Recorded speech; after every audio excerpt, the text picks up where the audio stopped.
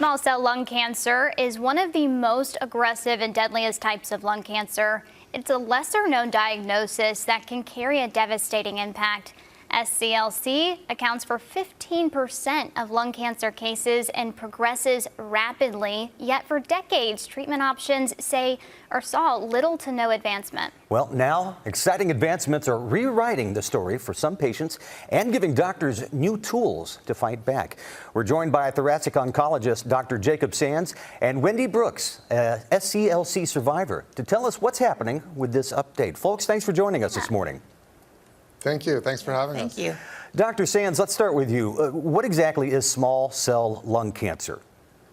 Well, small cell lung cancer is a kind of lung cancer where when they get a biopsy and look at it under a microscope, the cells happen to be smaller, hence the name given years ago of being small cell lung cancer. But it is a more aggressive kind of lung cancer. It tends to grow more rapidly and also tends to spread from earlier. This has been a difficult to treat cancer, and so over recent years to have some real advances has been exciting to see, and there's way more going on right now with the advancement of technologies and the science moving forward. It really is changing the field.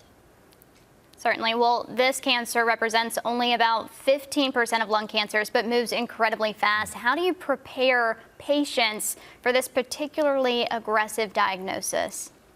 Well, the discussion with patients is really focused on what is their specific scenario, what's the stage, what are the other kinds of things going on for them, and what is their perspective as far as what do they know or what beliefs do they have that sometimes are accurate and sometimes, are for example, patients often expect the chemotherapy to have way more toxicities than it typically does. That's not to say there isn't any, but also then to discuss the different clinical trials and ways in which we're fighting the cancer that are not just toxins like chemotherapy, but ways of getting the immune system to fight the cancer, or ways of delivering the drugs in a much more targeted way.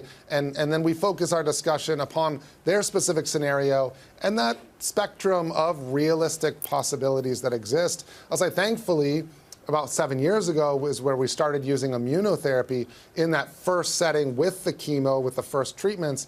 And there are a subset of people that have ongoing disease control for many years, and I'd venture to say some individuals that might actually be cured of their incurable disease, which is a big thing to say. We have much more work to really get everyone to that point. Of course, that's the goal. And just last year with tarlatamab being approved, this is the first of a class of drugs called T-cell engagers that is also getting that immune system going. And so the side effect profile of that is not just the kind of chemo toxin stuff, but actually immune system fighting the tumor. And Wendy, it's good to know that you are a SCLC survivor. What was your experience when you were diagnosed? So I was diagnosed after my 6th annual low-dose CT lung screening.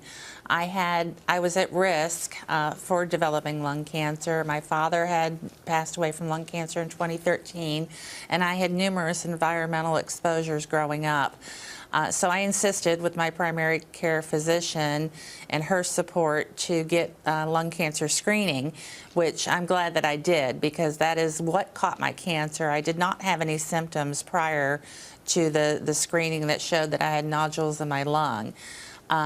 After the diagnosis, I went on the first line of treatment, which was chemotherapy and chest radiation, because I was a limited stage diagnosis.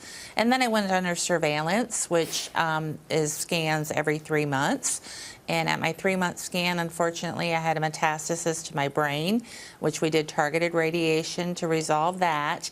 2 months after that, the cancer had grown back in my lung at the same location, and that is when I went on my first clinical trial. Wow. Dr. Sands, walk us through what's changed in the last 5 years that's giving patients reasons for hope. Well, I mentioned, about 7 years ago, starting immunotherapy. About 5 years ago, we had the first new treatment that was approved in the second-line setting, meaning the treatment after that first treatment stops working. We had the first new treatment in many, many years that was approved. There are other commonly used drugs, just to say that there's an array. And then last year, tarlatamab being that first drug in the class of drugs called T-cell engagers has really changed the environment as well. But going forward now, the different clinical trials, multiple different classes of drugs that are working in more nuanced ways. It's not just some broad toxin, but actually a more targeted way of hitting those cancer cells, whether it be a specific receptor that we're hitting to then deliver that chemo into the cell, or a specific receptor on those tumor cells that's a way of getting the immune system to grab those tumor cells, or even a specific receptor to deliver a very focused radiation just to those cells as a way of trying to hit every one of those tumor cells. And I'm very optimistic that in the 5 years ahead, this field is going to look very, very different than what it did 5 years ago, because we're already seeing these advances. The science is moving forward so quickly, and the technology that we develop because of that advance in science is actually speeding up the scientific advancements even further. So we're really making tremendous progress. Wendy, are you on the clinical trial, and what's that one thing that you think maybe even your closest family members might not understand about this disease? Yes, I'm currently on a clinical trial, one that Dr. Sands has described, and it is that the T-cell engager that is helping my immune system fight this. And as far as what some people may not understand that are very close to me is just the uncertainty of this disease. It is so aggressive, and it can pop up at every time, but that's where research really comes into play. We have so many smart people working on finding a cure, and I just know in my heart that if I can hold on long enough, I'm going to be able to see that day where I will be able to benefit from that research. And Dr. Sands, where can our viewers go for more information? Well, for more information, you can look at the Lung Cancer Foundation of America. That's lcfamerica.org for the website. All right. Dr. Sands, Wendy, thank you so much for joining us here. We appreciate the time. Thank you. Thank you.